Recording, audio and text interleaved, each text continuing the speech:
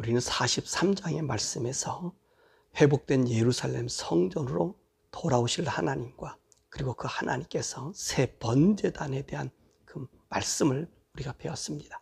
44장 오늘의 말씀은 이제 성전이 완성되고 나서 여호와 하나님이 이 성전에 좌정하실 때에 레위인들과 제사장의 직무에 대한 말씀을 우리들에게 해주고 계신 것입니다.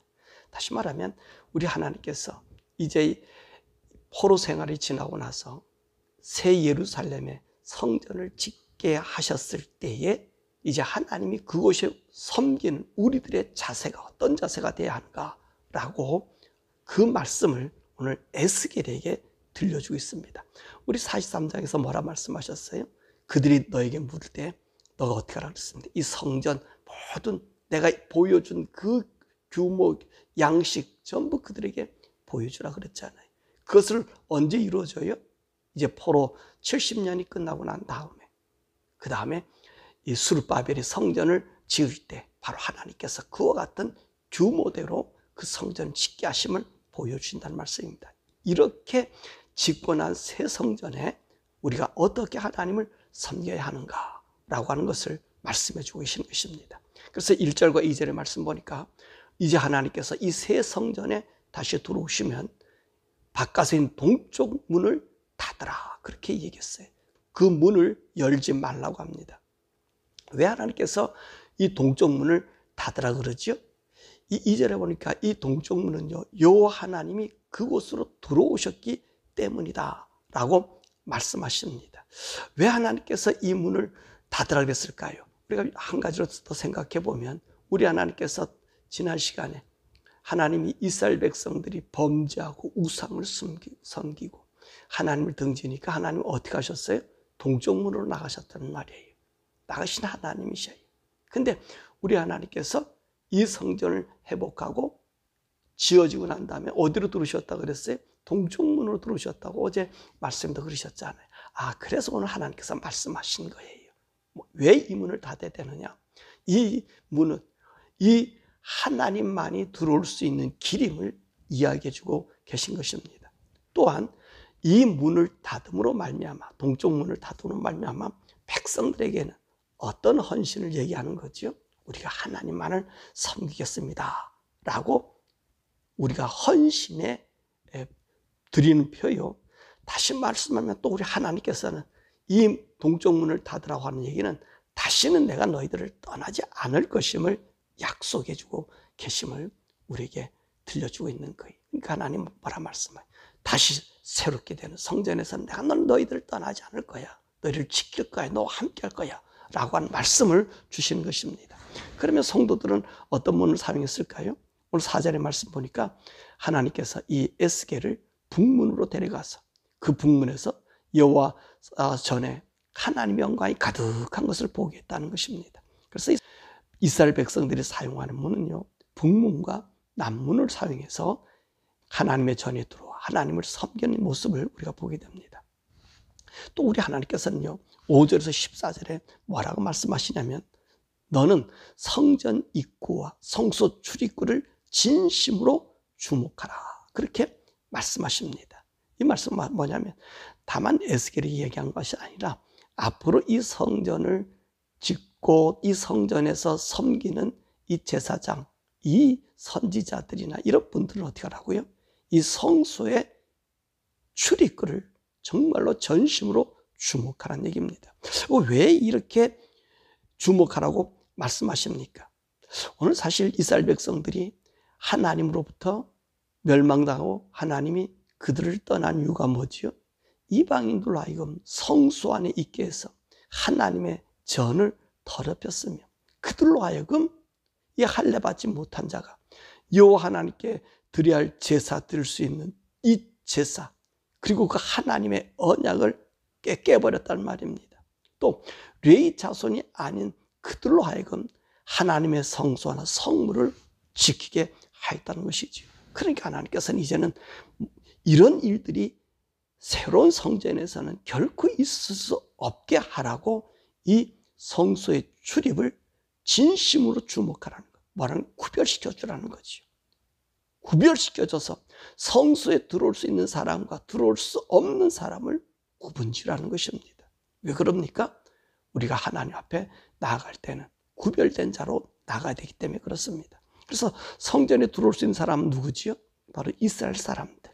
하나님이 부름 받은 이스라엘 백성들과 할례를 받은 이방인들이라 그랬습니다. 오늘 9절의 말씀 보니까 몸과 마음에 할례를 받은 이방인들은, 그러니까 이 사람들은 누구예요? 우리는 하나님만 섬기겠습니다. 우리는 우리의 신들, 우리가 섬기는 신이 아니라 하나님, 나의 주 하나님이십니다. 이렇게 고백하는 사람들이 어디로 들어올 수 있어요? 그렇습니다. 하나님의 성전에 들어올 수 있도록 그렇게 하셨습니다. 그리고 우리 하나님께서는 제사를 구별되게 드리도록 그렇게 말씀하셨죠.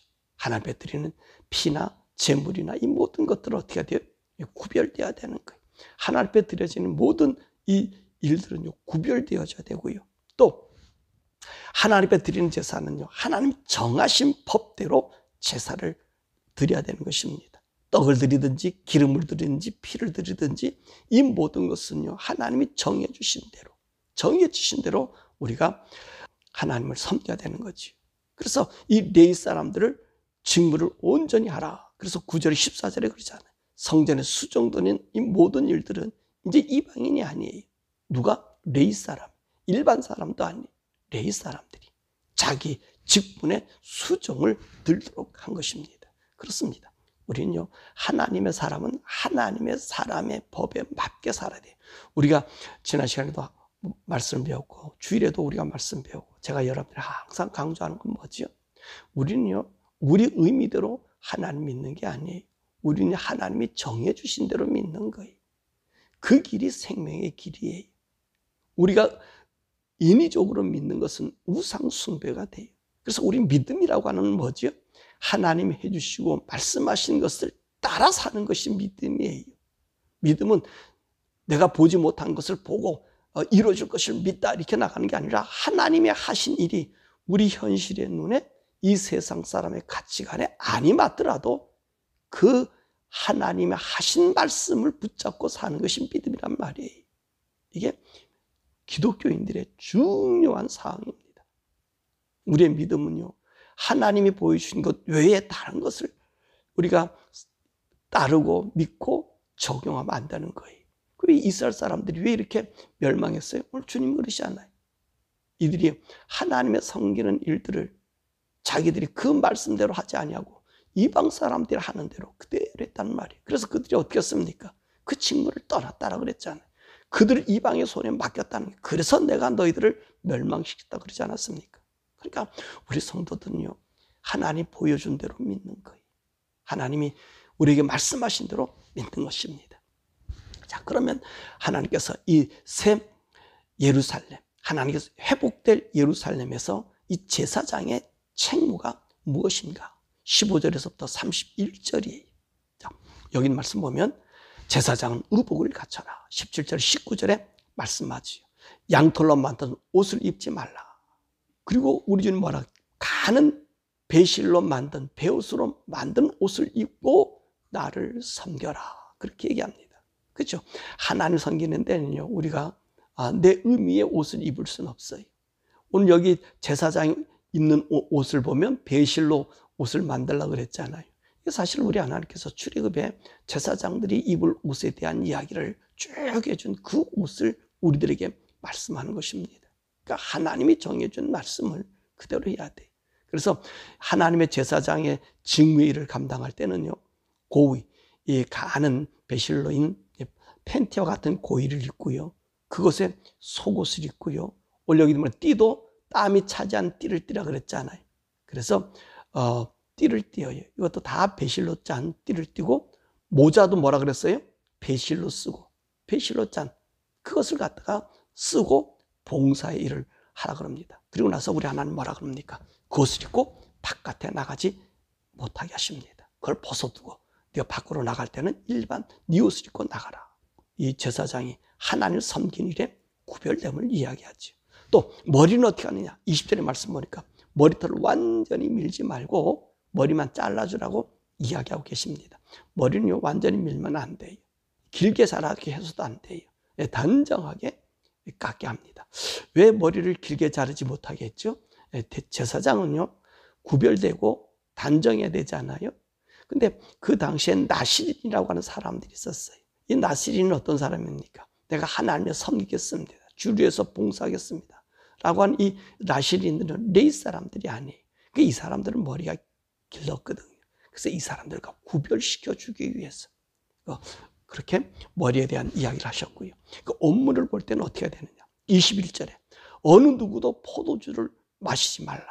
이 성소 안에 들어갈 때는요, 이 제사장은 포도주를 마시면 안 돼요. 술을 마셔서는 안 돼요.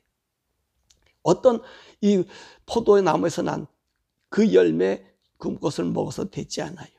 왜 이런 제도를 세웠냐면, 나답과 아비후를 알죠? 아론의 그 아들들, 장자와 둘째였을 겁니다. 그 레위기 10장에 이제 하나님께서 모세로 말미암아 위임식을 받았습니다. 그래서 모세에게 이 아론과 그 아들들에게 이 제사장의 일을 감당할 수 있도록 하나님께서 위임식을 시켜주어서 이들이 첫 하나님 앞에 제사 드릴 때에 이 사람들이요, 다른 불을 들이다가 그래서 불이 나와서 그들을 죽였습니다. 근데 그 하나님께서 그 레위기 10장 8절과 10절에 뭐라고 말씀하셨냐면, 하나님의 성소에 들어올 때는 전혀 독주나 포도주 이걸 먹지 말라 그랬어요. 그 말이 무슨 말씀이에요? 아비후와 나답이 죽은 것이 바로 이 술 먹고 하나님의 제사를 드렸다는 말이에요. 그러면서 우리 하나님 뭐라 하냐면, 바르게 구별할 수 있게, 거룩하게 분별할 수 있는 위치에 있으라고 얘기하는 거예요. 그러니까 하나님의 제사장들이 하나님의 일을 할 때 술을 먹으면 안 된다라고 얘기했고요. 또 22절에 대해서는 결혼에 대한 얘기. 제사장의 결혼은 어떻습니까? 이스라엘 처녀나 사별한 제사장의 그 아내 과부와는 결혼하도록 됐습니다. 이 거룩성이죠. 또 제사장은 무엇을 해야 되죠? 23절에 보니까 정언과 부장을 가르치고, 그리고 안식일과 절기를 거룩하게 하라. 이 제사장이 가르치는 것이 뭡니까? 백성들에게 또 보여주는 건 뭐죠? 거룩함을 가르치는 거예요. 그리고 25절과 27절은 마찬가지. 시체를 가까이 하지 마라. 그 예정인 것은 부모나 또 자기 자녀나 형제나 시집가지 아니하는 자매에 대해서는 시체를 만질 수 있어요. 그러나 이 시체를 만져도 어떡합니까? 일주일 동안 부정하기 때문에 씻어야 되고요, 기다려야 되고요, 그리고 난 다음에 속죄제를 드리고 와서 제사장의 직무를 감당을 하는 거예요. 야, 참 철저하죠? 우리 하나님요, 그렇게 구별되게 하는 거예요. 우리에게 구별될 뿐만 아니라 거룩하게 하시는 것이 하나님의 우리들에게 요구하는 일입니다. 그리고 24절에 재판하는 일.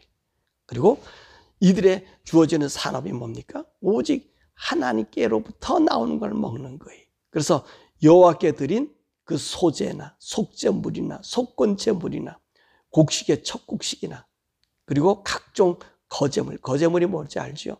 하나님 앞에 헌신하겠다 드린 사람들이 하나님께 구별되어서 드리는 것을 누가 먹으냐면 이 제사장이 먹는 거예요.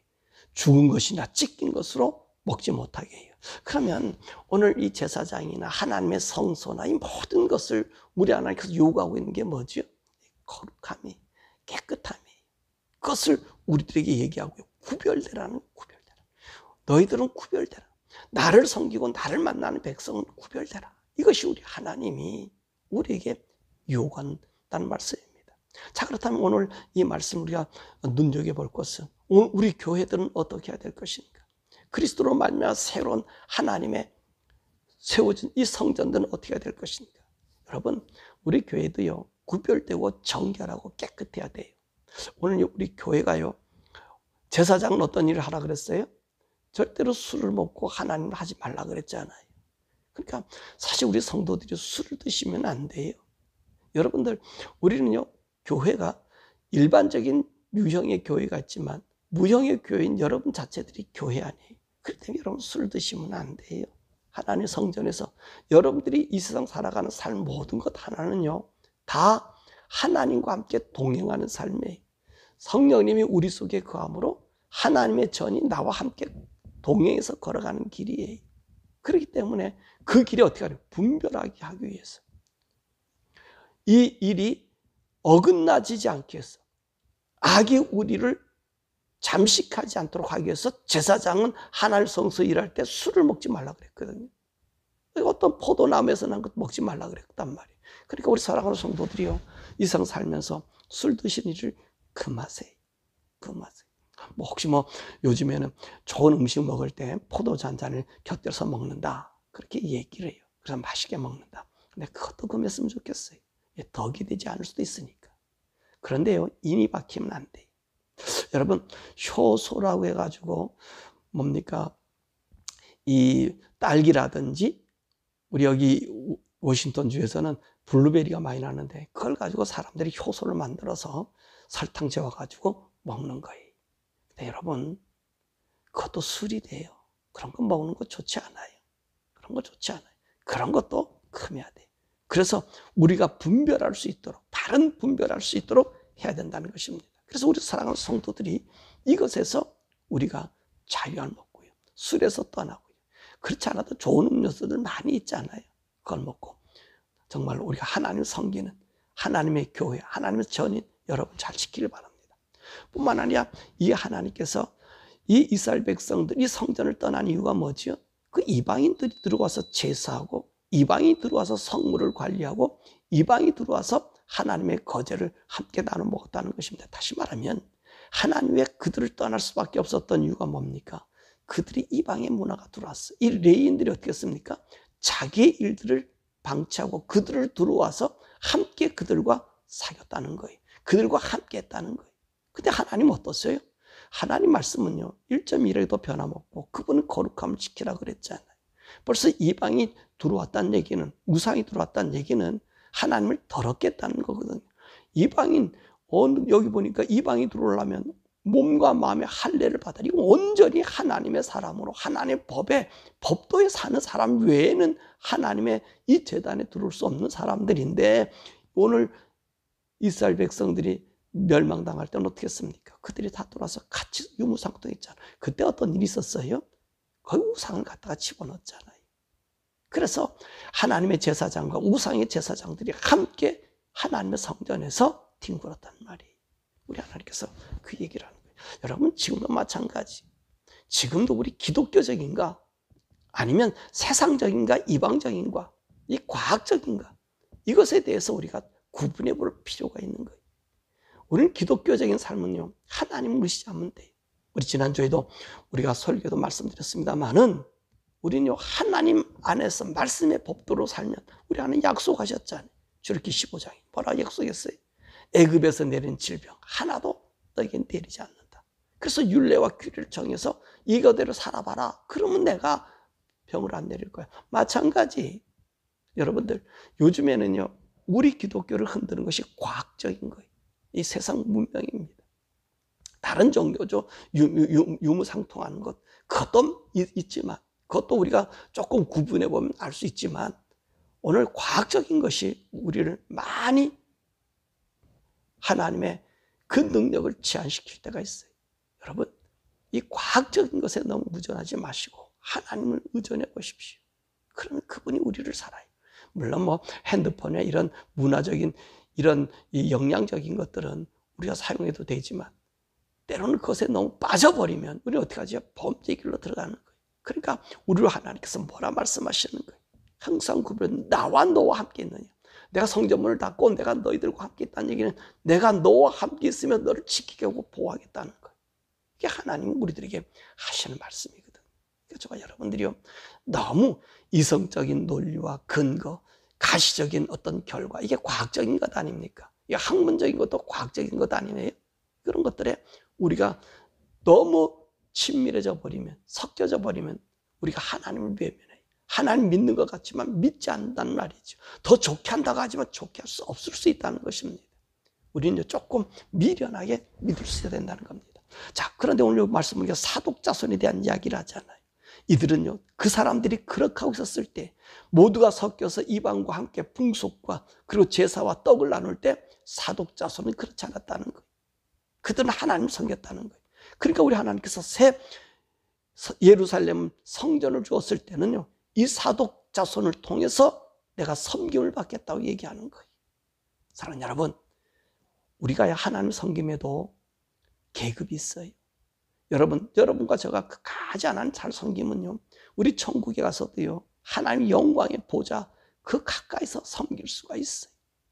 그럼 여러분, 저와 여러분들이요, 이 세상에 갖가지 일들이 많이 있어도요, 절대로 우리는 구별된 사람이, 우리 성도는 구별된 사람이, 구별되어서 우리 하나님이 계심을 보여주는 하나님의 삶, 그리고 여러분 자체가 성전이기 때문에 성전의 거룩함을 나타내며 사는 삶.